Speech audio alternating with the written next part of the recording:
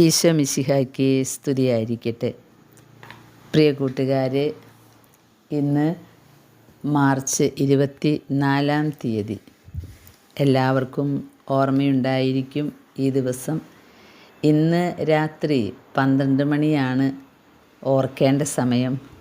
എല്ലാ വർഷവും 11:50 മുതൽ 12 മണി വരെ നമ്മൾ പരിശുദ്ധ അമ്മയുടെ മംഗലവാർത്ത ഓർത്തുകൊണ്ട് പ്രാർത്ഥിക്കുന്ന സമയമാണ്.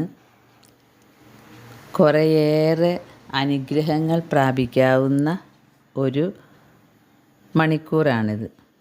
11:50 മുതൽ 12 മണി വരെ 3 നിയോഗങ്ങൾ നമുക്ക് വെച്ചുകൊണ്ട് വിശുദ്ധ ലൂക്കായുടെ സുവിശേഷം അദ്ധ്യായം 1 26 മുതൽ 28 വരെ വായിക്കണം.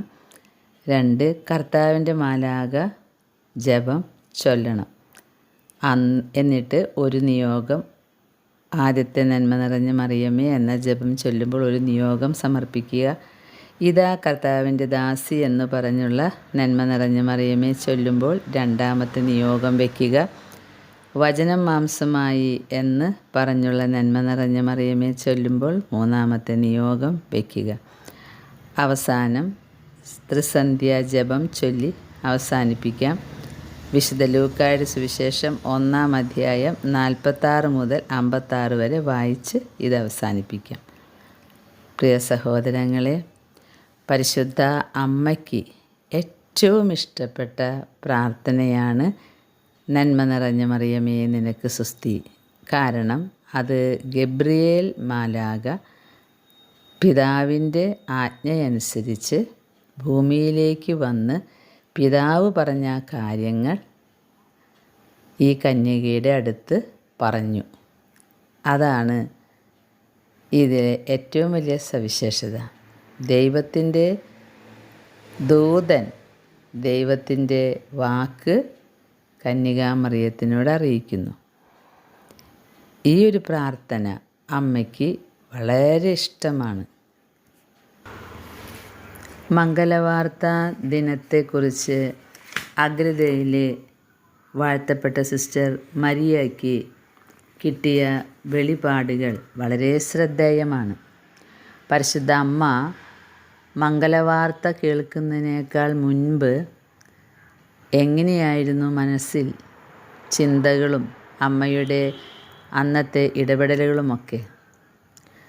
കാരണം അമ്മയുടെ സുഹൃതങ്ങൾ കണ്ടിട്ടാണ്, വിശുദ്ധി കണ്ടിട്ടാണ് കന്യകയുടെ ഉദരത്തിൽ പിതാവിൻ്റെ ഏകജാതൻ്റെ മനുഷ്യാവതാരം നടത്താൻ ദൈവം പ്രസാദിച്ചത്.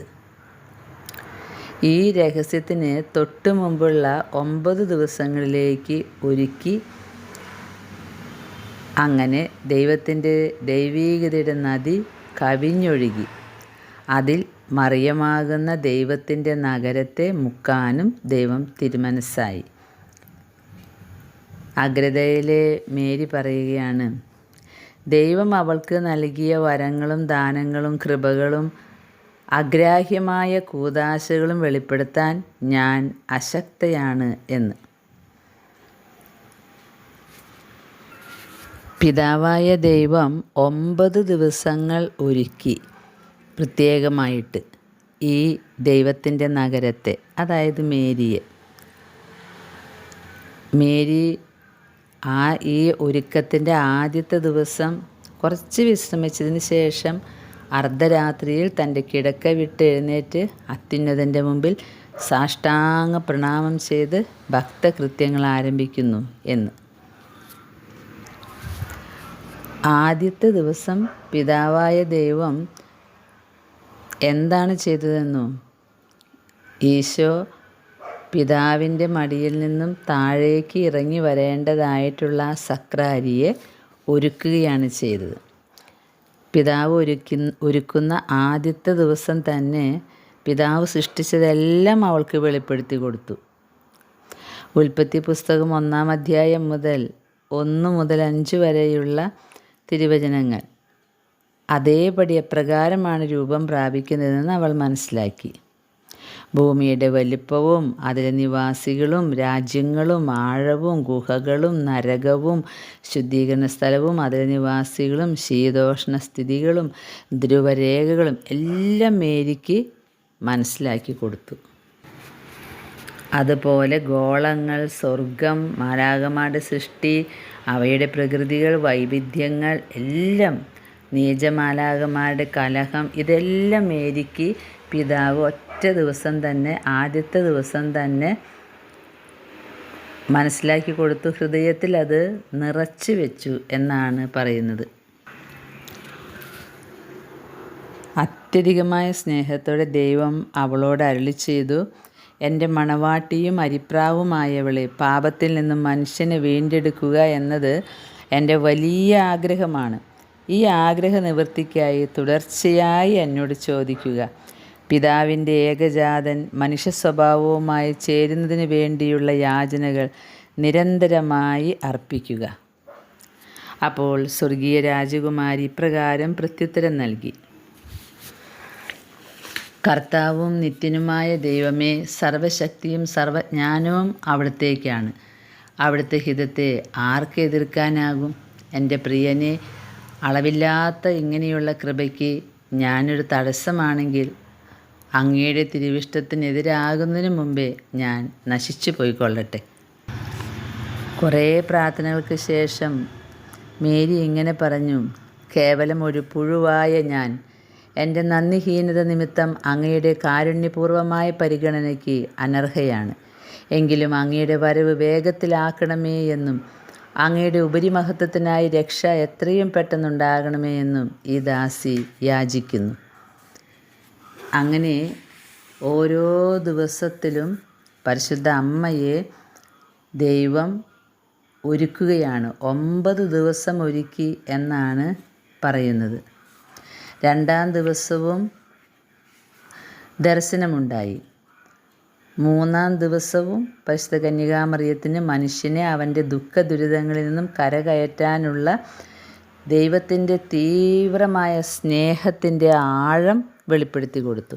ഈ ദിവസങ്ങളിലെല്ലാം വെളിപ്പെടുത്തി കൊടുക്കുന്നത് പിതാവായ ദൈവത്തിന് മനുഷ്യരോടുള്ള സ്നേഹത്തിൻ്റെ ആഴവും ഈ മനുഷ്യരെ മുഴുവൻ രക്ഷിക്കണം എന്നുള്ള തീവ്രമായ അഭിലാഷവുമാണ് ഈ മേരിക്ക് മനസ്സിലാക്കി കൊടുക്കുന്നത്.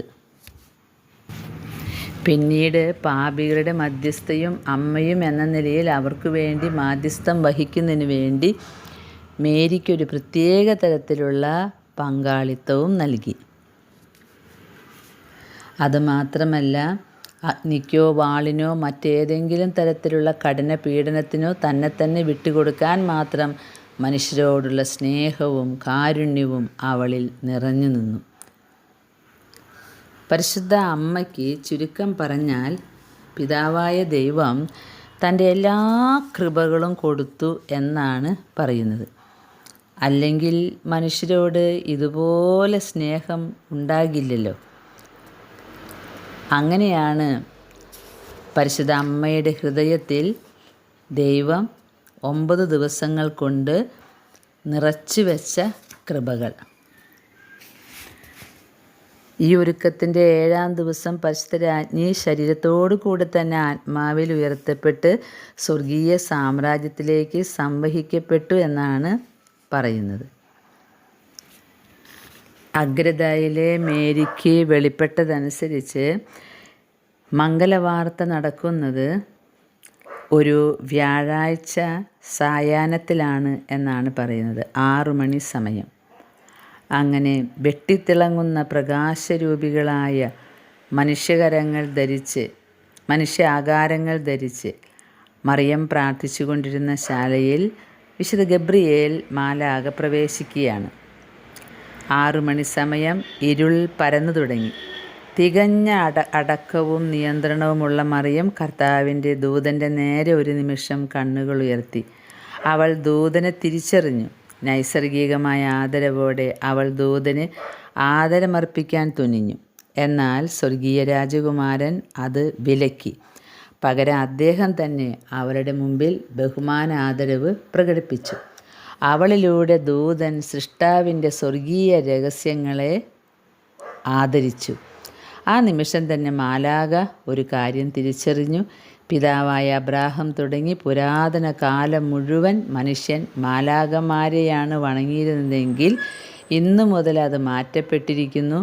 ഇവിടെ വചനം മനുഷ്യരൂപമെടുക്കുന്നതിലൂടെ മനുഷ്യ സ്വഭാവം ദൈവിക അവസ്ഥയിലേക്ക് ഉയർത്തപ്പെടുന്നു. മനുഷ്യർ ദൈവത്തിൻ്റെ ദത്തുപുത്രരായി തീർന്നിരിക്കുന്നു. അങ്ങനെ അവർ മാലാഖമാരുടെ സഹോദരങ്ങളും സഖാക്കളുമായിരിക്കുന്നു. സുവിശേഷകനായ യോഹന്നാനെ മാലാഖ തന്നെ വണങ്ങുന്നത് വിലക്കിയതിൻ്റെ രഹസ്യം. സുവിശേഷകനായ യോഹന്നാൻ മാലാഖ തന്നെ വണങ്ങുന്നത് വിലക്കിയതിൻ്റെ രഹസ്യം ഇതാണ്. വെളിപാട് 19:10. ഗബ്രിയേൽ മാലാഖ ഈ മംഗലവാർത്ത ചൊല്ലിയപ്പോൾ പരിശുദ്ധ അമ്മ ഇതാ കർത്താവിൻ്റെ ദാസി എന്ന് പറഞ്ഞ ആ നിമിഷത്തിൽ 3 കാര്യങ്ങൾ സംഭവിച്ചു. ഒന്നാമത്തെ കാര്യം, പരിശുദ്ധ അമ്മയുടെ വിമല ഹൃദയത്തിൽ നിന്ന് 3 രക്തത്തുള്ളികൾ ഏറ്റവും പരിശുദ്ധമായ കർത്താവിൻ്റെ ശരീരമായി ഭവിച്ചു. രണ്ടാമത്, ദൈവാത്മാവും ശരീരവും ഒന്നായി അവിടുത്തെ പരിപൂർണ മനുഷ്യത്വം സ്ഥാപിതമായി. മൂന്നാമതായി, ദൈവത്വം വചനമാകുന്ന വ്യക്തിയിൽ ലയിച്ച് മനുഷ്യരോട് ചേർന്നു. പ്രിയ കൂട്ടുകാരെ, ഇന്ന് രാത്രി 12 മണിയാണ് അന്നത്തെ ആ സായാഹ്നത്തിലെ 6 മണി എന്ന് നമുക്ക് വിശ്വസിക്കാം. പരിശുദ്ധ അമ്മയുടെ മംഗലവാർത്ത അമ്മ കേൾക്കുന്നത് ധ്യാനിച്ച് നമുക്ക് ഇന്നത്തെ പ്രാർത്ഥനകൾ പരിശുദ്ധ അമ്മയുടെ വിമല ഹൃദയത്തിലെ സ്നേഹജ്വാല വഴി കാഴ്ചവെക്കാം. 3 നിയോഗങ്ങൾ ചോദിക്കാം. അമ്മ മാതാവ് ഇതാ കർത്താവിൻ്റെ ദാസി എന്ന് പറയുന്ന ആ നിമിഷം 12 മണിയാണ് എന്ന് വിശ്വസിക്കാം. നമുക്കെല്ലാവർക്കും ആ സമയത്ത് ഒന്നിച്ചിരുന്ന് പ്രാർത്ഥിക്കാം. ദൈവം നമ്മെ പരിശുദ്ധ അമ്മയിലൂടെ അനുഗ്രഹിക്കും. ആമേൻ.